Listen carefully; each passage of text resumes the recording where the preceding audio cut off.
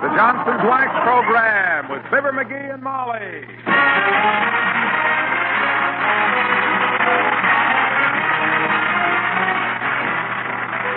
The makers of Johnson's Wax and Johnson's Self-Polishing Glow Coat present Fibber McGee and Molly with Bill Thompson, Gail Gordon, Arthur Q. Bryan, B. Benaderet, and me, Harlow Wilcox. The script is by Don Quinn and Phil Leslie. Music by the Kingsmen and Billy Mills Orchestra.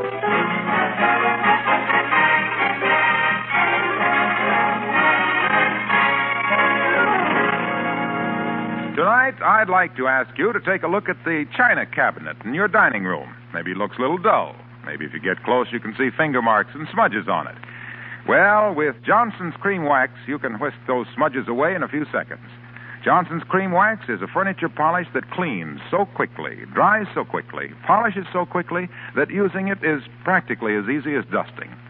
So, with Johnson's Cream Wax, you can clean and polish that whole dining room cabinet of yours, give every inch of its surface a beautiful luster in just a few minutes.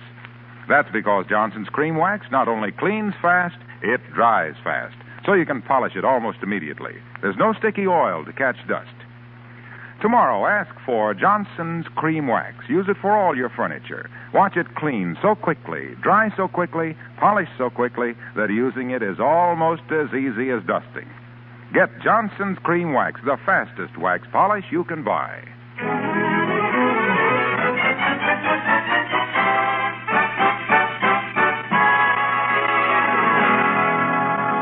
The history of mankind is full of unsolved mysteries. And what is perhaps the most baffling puzzle of all is why would any intelligent organization like the Wistful Vista Elks Club make Mr. Fibber McGee its financial secretary? We'll hear more about this as we join Fibber McGee and Molly.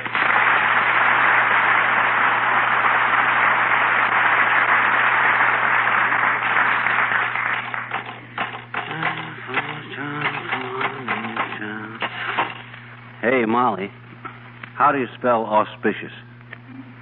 How have you got it? A-U-S-P-I-S-H-O-U-S.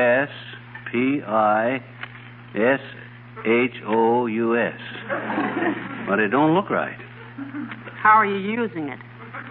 It's in my speech. You see, when I say, on this auspicious occasion... Wait a minute, what speech? Are you typing out a speech? Why, sure, didn't I tell you? Tonight's the big ceremony at the Elks Club. We burned the mortgage. All paid up. But why do you have to make a speech? Or does everybody? My gosh, kiddo, as financial secretary of the Elks, I'm officially in charge of the whole shindig. I'm the guy that he lights the fire, tosses the mortgage onto it, and hands the key of the building to the grand exalted ruler. Sweetheart, I love you. Huh? But I don't know why anybody ever picked you as a financial secretary. It's like Lassie giving advice to Lionel Barrymore. Why, you can't even keep your check stubs straight. Why, nevertheless, kiddo, the Elks think I'm doing all right. Look at this note I got from them just yesterday. You see this? Yeah? It says your last financial report was so appealing that we are holding a special meeting to go over it again.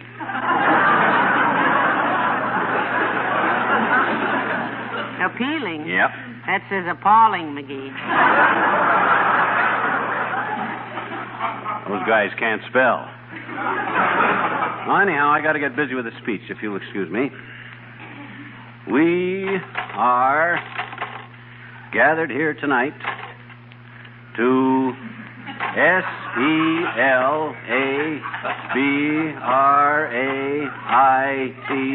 celebrate, celebrate. McGee? Huh? How long have the Elks been in that clubhouse? Oh, since they built it, I guess, about 1867. Why? Aren't you getting the mortgage paid off just in time for the termites to take over? You know something? That building has worn out 3 cornerstones. Well, as financial secretary, I'm... Come in. Oh, it's Mayor Latrivia, McGee. Do come in, Your Honor. Thank you, Molly. Hello, McGee. Hi, Latriv. Just writing out my speech for tonight. You going to be present at the mortgage burning? Well, naturally. After all, I'm chairman of the Charities Committee. What's charity got to do with this occasion, Mr. Mayor? Charity is what we Elks must have in our hearts when we consider the activities of our financial secretary. Also faith and hope.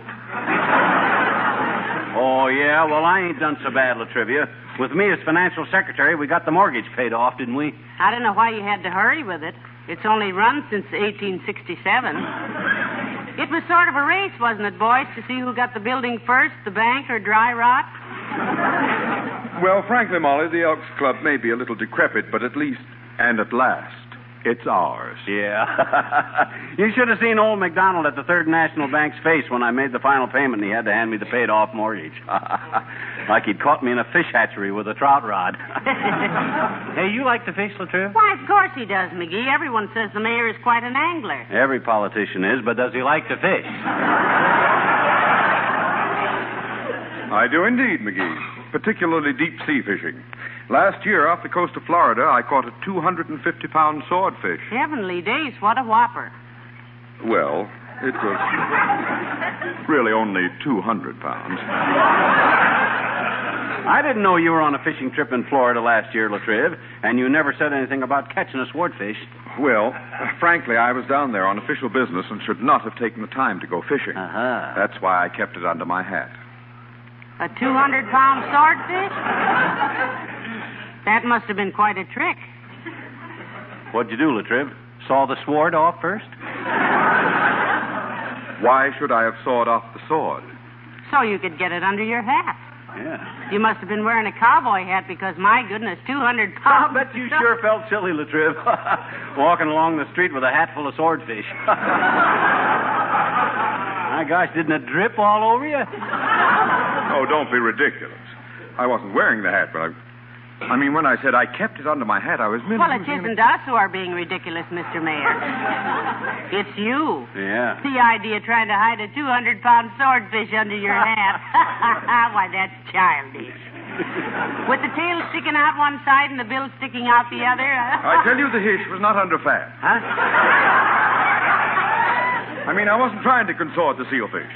Conceal the port fish. Look, when I said I was keeping something under my... Hey, now, take it easy. Calm down to a roar. You're talking to another fisherman now, boy. We're all a little eccentric. Who cares how you carry your fish? In your hat, up your pants leg, under your arm. It's your business how you get it home.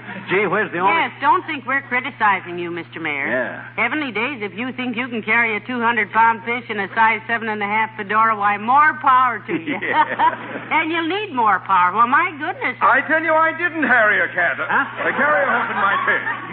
Carry a fish in my hoop. What? Hat. When I said I kept a sword hat under my fidelma, my producer... Hat. Hat. Nobody could put a 200-hat sword under a fish foot. Hey, Frank. Let me on. You said Nobody. I didn't try to. You were the one who said it was. I was. You were the one. Under.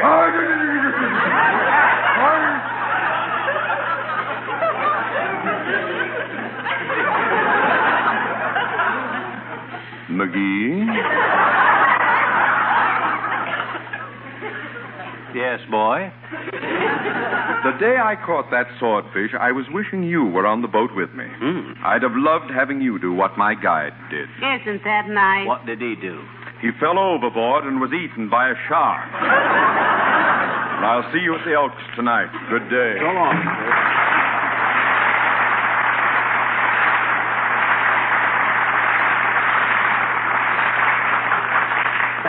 Boy, that guy takes the bait, don't he? Yes. What kind do you suppose he took? Well, for swordfish, I suppose some salt pork. Hey, don't do that to me. All right, finish your speech, dearie. Okay. On this auspicious occasion.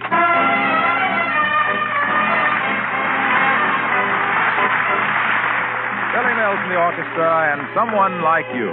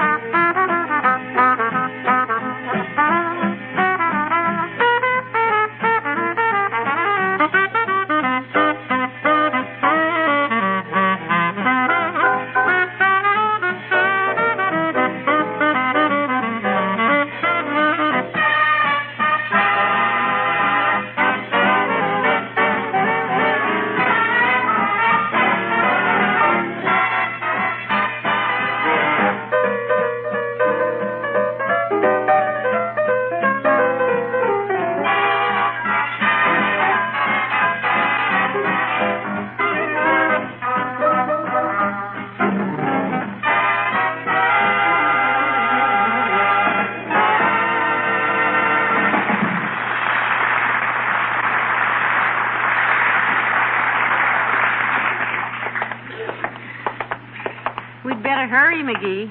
We wouldn't want the Elks to burn the mortgage before their financial secretary got there. They wouldn't dare. They wouldn't? No, sir.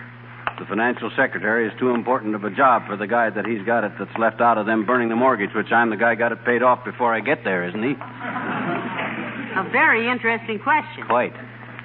Incidentally, isn't the financial secretary sort of out of a job after the mortgage is burnt? No, I got a lot of new projects to offer. For one thing, I'm going to suggest the Elks get a few herds of bees and raise honey. Oh? Lots of money in honey. If we had maybe even one big herd of bees, It's swarm. Well, we'll take off your coat, kiddo. But as I was saying, bees are awful interesting little insects. My gosh, when a bee that's lived for 50 years can fly 25,000 miles... What was that? A 50-year-old bee flew 25,000 miles without a rest? Certainly. It was in all the papers the other day. Big headlines. Says, bee, 50, flies nonstop around world. That's why I think if the Elks had a big herd of bees... Hold it, McGee. Here comes somebody, and it looks like the old-timer. Well, if it looks like him, it's him, all right. He's the homeliest old... Oh, hi there, old-timer. Hello, Mr. Old-timer. Hello, Johnny. Hello, daughter. Where are you going? Pitch a show? No, we're on our way to the Elks Club, Mr. Old-timer. They're burning the mortgage tonight. I'll go with you, kids. I love fires. Good. I'm making a speech, too. But I hate speeches. I'd love to go, Johnny, but I can't make it. I'm wrestling tonight. You wrestling? Yep, I'm defending my title against Seductive Sydney, the blonde bone crusher. I'm heavyweight champ, see? You're the heavyweight wrestling champion? Sure. But in wrestling, Johnny, who ain't? Isn't it a little early to go to the stadium? The wrestling bouts don't start till 8:30, do they? No, but we got to rehearse, daughter. You see, after we decide who's going to win, we rehearse about an hour and then practice our face-making and groaning for a while. I ever tell you about when I wrestled Matt Face McGowan, the Edinburgh Undertaker? No, I don't think we've got Well, time. sir, Matt Face McGowan always come into the ring playing the bagpipe, all dressed up in them plaid skirts. Yeah. In wrestling, you got to be a character or you don't get no place. Yeah, see? we know that. Well, sir, this night, Matt Face McGowan gets me with a schoolboy trip. Oh. I rolls out of it and gets him the Boston Crab. He toe holds me and I arm stretch him. And there we are, tangled up like a sack full of octopuses. That's a very interesting... Suddenly, I sets up a deal, give him an airplane spin, and lets him go. And whoa, Nellie, he disappeared. I don't know where he went. And then I seed him. Oh? Laying there with his leg back of his neck and that little plaid petticoat of his, Killed? Nope, but he'll walk backwards the rest of his life. Well, rehearsal, kids. Go on.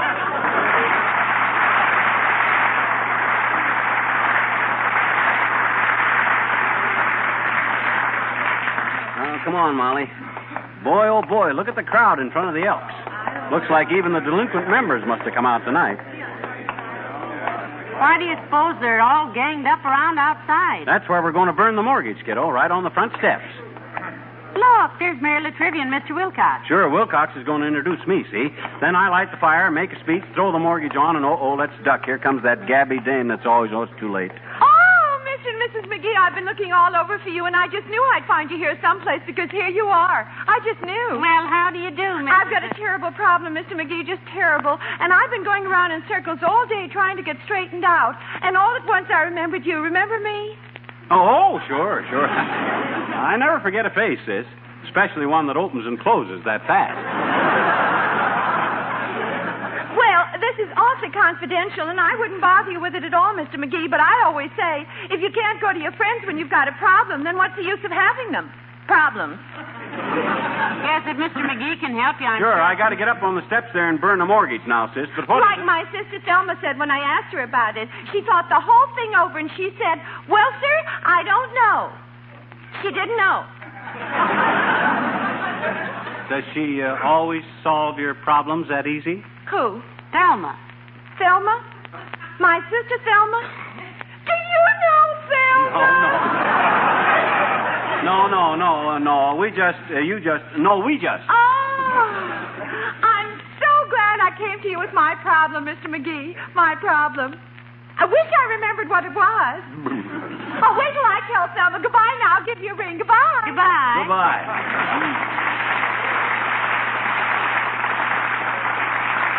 Give us a ring, she says. I already got a ring in my ears. Hey, here he is now, folks. Hey, Fibber. Hey, pal. Come on up front here. Come on, Molly. Okay. Okay, fellas. Okay. All right, let the secretary through, please. Thank you. Let him through, please. The financial secretary. Hello, Mr. Wilcox, Mr. Mayor. Hello, Molly. All right, fellas. I'll take over now. I'm in charge here. Hey, look, pal, we got the wood all stacked here on the steps, you see. Mhm. I'll introduce you with a short speech, and then you touch off the bonfire. My gosh, who stacked this kindling, Wilcox? That fire's not going to burn stacked that way. Who stacked this kindling? The janitor did. Hey, Ole, Mr. McGee wants you. Well, don't get yourself in an uproar. I'm right here. I don't have to be here, off duty at 5 o'clock. I'm just donating my time, Yeah, but my gosh, Ole, this won't burn. Where'd you ever learn to build a fire out of sticks? In the Boy Scouts, Stockholm Troop 3, McGee, 20 years before you was born. Oh, well, you had the sticks all wrong. You're supposed to lay them this way, see? And that's the way I had them. You messed them up. No, you had them north and south. You got to lay them east and west. Maybe he's a southpaw, dearie. 60 years I've been laying fires. I'm off duty, 5 o'clock. Just donating my time.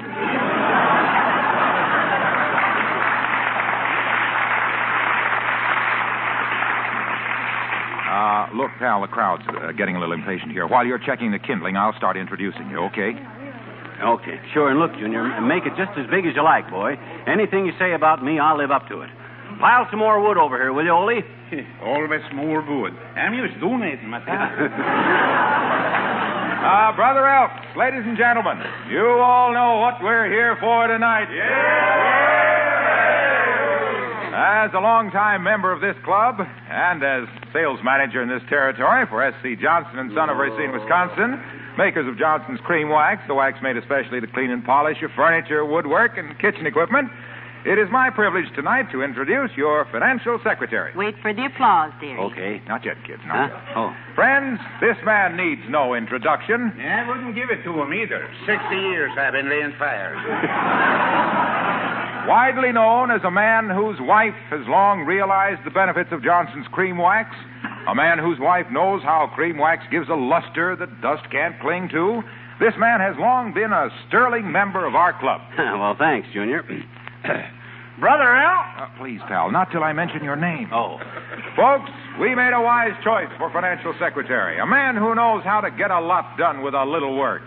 Just like a housewife who knows that with Johnson's Cream Wax, she can keep a rich, mellow luster on her kitchen equipment and woodwork with just an occasional buffing.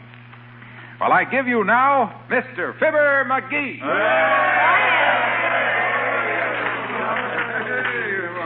Brother Elks, and ladies and gents, I got a short speech to make tonight. But first, who's got a match? Yeah, we need a match.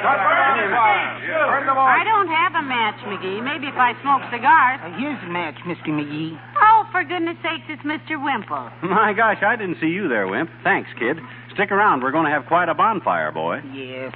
I brought something else besides matches, too, Mr. McGee. What, Mr. Wimple? Look, marshmallows. Why, Mr. Wimple, how thoughtful. Well, don't tell anybody. There's not enough for everyone.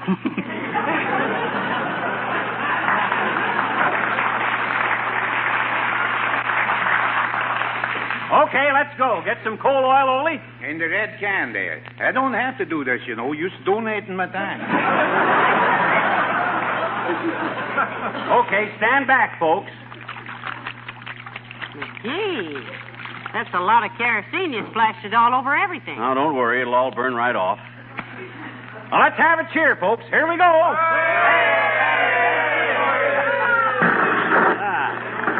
Well, it's lit, kiddo. Brother Elks, ladies and it's spreading. McGee, watch it. The porch is catching. Hey, watch that fire. Hey, stomp it out, somebody. Beat it away from the door, somebody. The fire. Beat it out. Come on. I've been laying fires for 60 years. Says it won't burn. Oh, my gosh, who'd ever Get think... a fire extinguisher. Get a fireman. The door, McGee. The whole front is catching fire. Call the fireman. Call the police! Drag out the patrolman! Never mind, here they come! Heavenly day.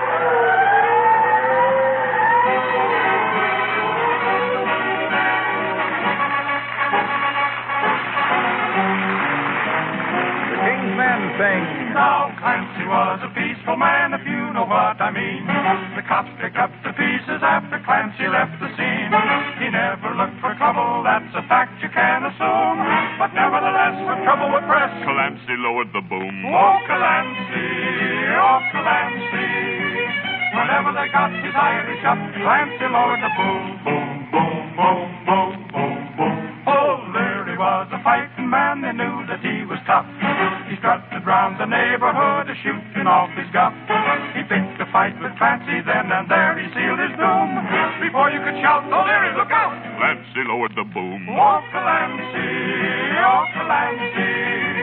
Whenever they got his Irish up, Clancy lowered the boom, boom, boom, boom, boom, boom, boom. Now Clancy left the barber shop, a tonic on his hair. He walked into a pool room and he met O'Reilly there. O'Reilly said, For goodness sake, now do I smell perfume? before you could stack your cue in the rack. Clancy lowered the boom. Oh, Clancy, oh, Clancy. Whenever they got his Irish up, Clancy lowered the boom, boom, boom, boom, boom, boom, boom, boom. The neighbors all turned out for Kate O'Grady's wedding night. McNulty said, Let's have some fun. I think I'll start a fight. he wrecked the hall and kissed the bride and pulverized the groom. Then quick as a wink before you could think, Clancy lowered the boom. oh, Clancy, oh, Clancy. Whenever they got his Irish up, Clancy lowered the boom, boom, boom, boom, boom, boom, boom. Oh, Clancy, oh, Clancy. Whenever they got his Irish up, Clancy lowered the boom, boom, boom, boom, boom, boom, boom, boom. Whenever they got his Irish up, before you could pat the top of your hat, Clancy lowered the boom. Boom.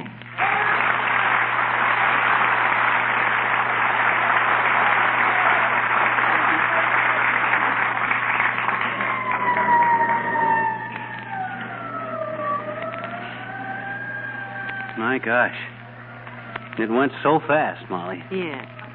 Didn't even have time to save my own pool cue. Well, looks like you'd hold your next meeting of the Elks in a pile of ashes, dearie. Ain't this awful? Imagine that dumb janitor letting this fire get out of control like that.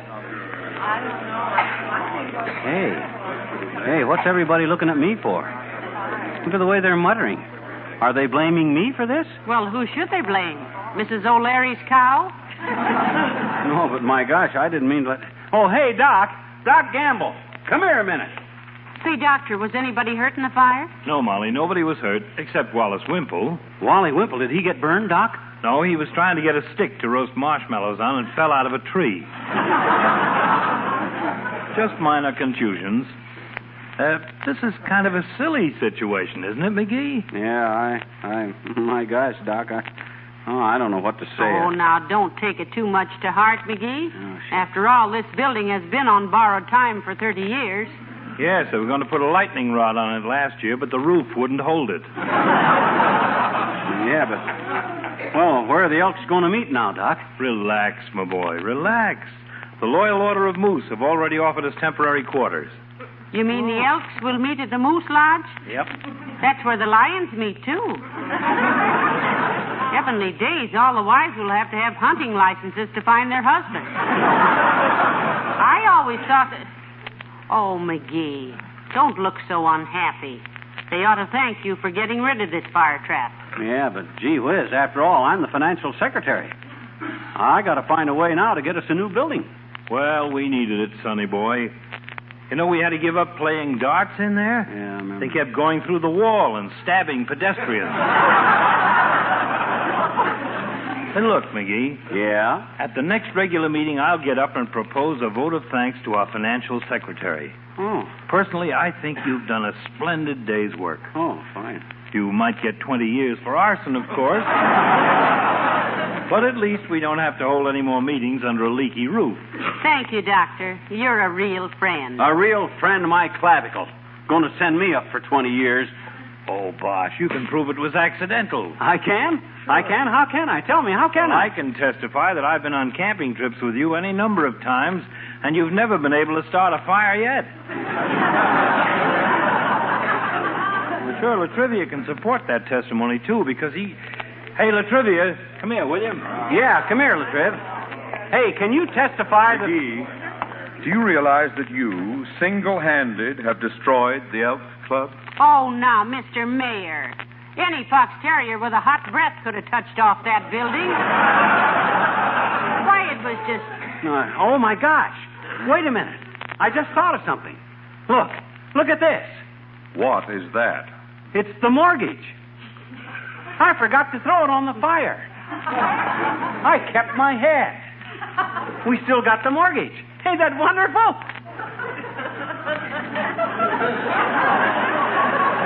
Well, now, look, fellas, you don't have to just...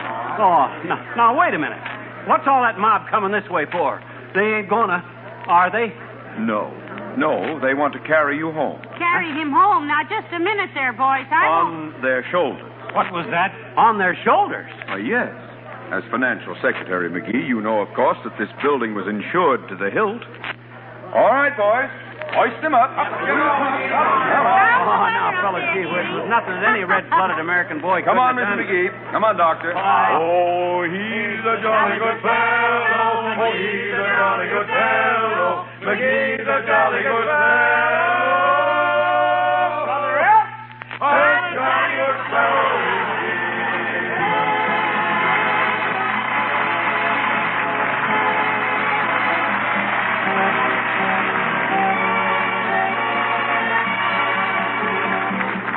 Fibber and Molly return in a moment.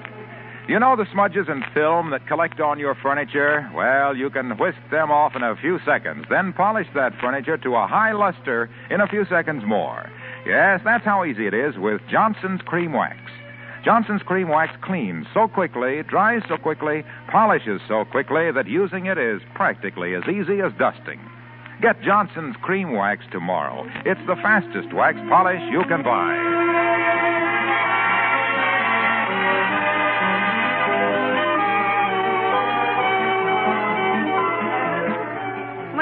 It all turned out well after all, didn't it? Yeah, it's okay till tomorrow at least. Hey, help me get this suitcase packed, will you? Suitcase? Where are you going? I don't know, but I'm not going to be here tomorrow. What happens tomorrow? That's when they find out I forgot to pay the premium on the fire insurance. Oh.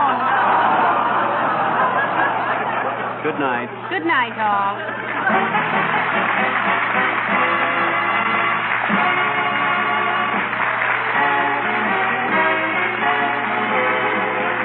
Makers of Johnson's Wax and Johnson's Self-Polishing Glow Coat, Racine, Wisconsin, and Brantford, Canada, bring you Fibber McGee and Molly each week at this time. Be with us again next Tuesday night, won't you?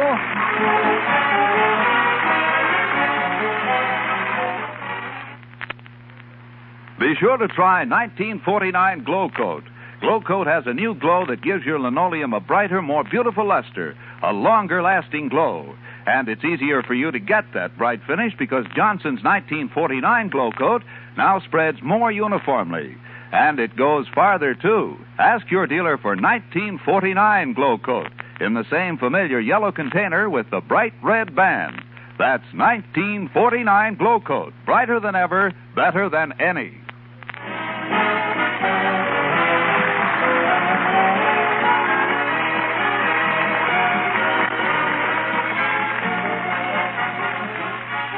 This is NBC, the national broadcasting company.